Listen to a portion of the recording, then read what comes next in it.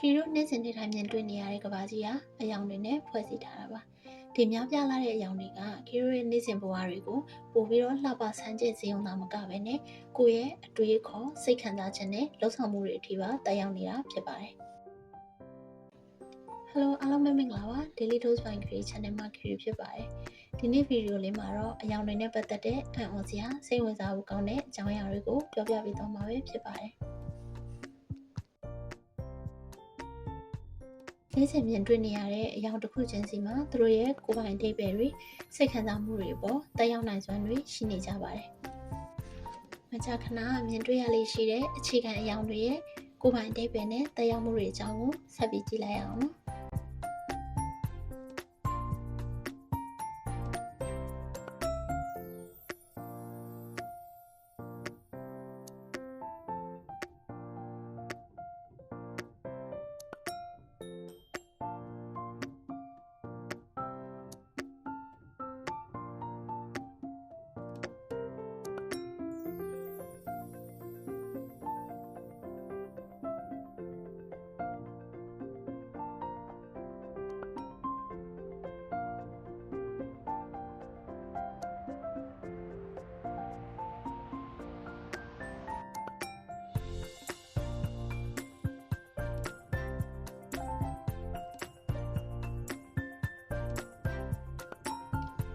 အယောင်အသုံးပြုမှုတွေဟာနိုင်ငံလိုက်ယဉ်ကျေးမှုလိုက်ကွဲပြားလေရှိပါတယ်။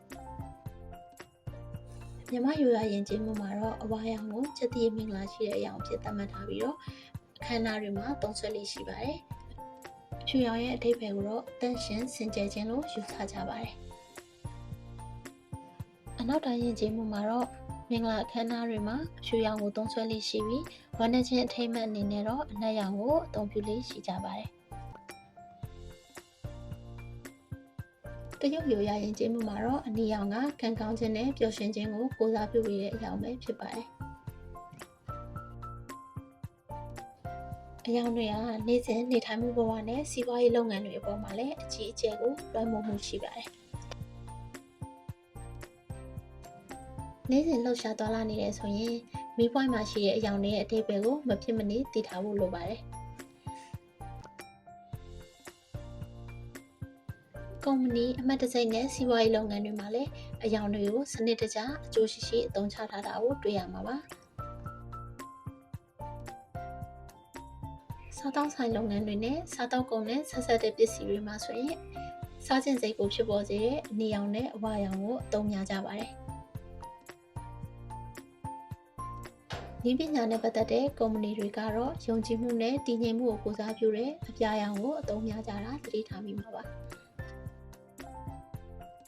နောက်ထပ်အယောင်တွေကိုစနစ်တကျအသုံးပြုထားတဲ့စိတ်ဝင်စားဖို့ကောင်းတဲ့နည်းပညာတစ်ခုကတော့ color therapy လို့ခေါ်တဲ့အယောင်ကုထုံပဲဖြစ်ပါတယ်။အယောင်ကုထုံဆိုတာကတော့စိတ်ဖိစီးမှုတွေလျှော့ချဖို့စိတ်ခံစားမှုတွေကိုတိုးတက်စေဖို့အတွက်အယောင်တွေကိုနည်းလမ်းတကျအသုံးပြုထားတဲ့ကုထုံပညာရပ်ပဲဖြစ်ပါတယ်။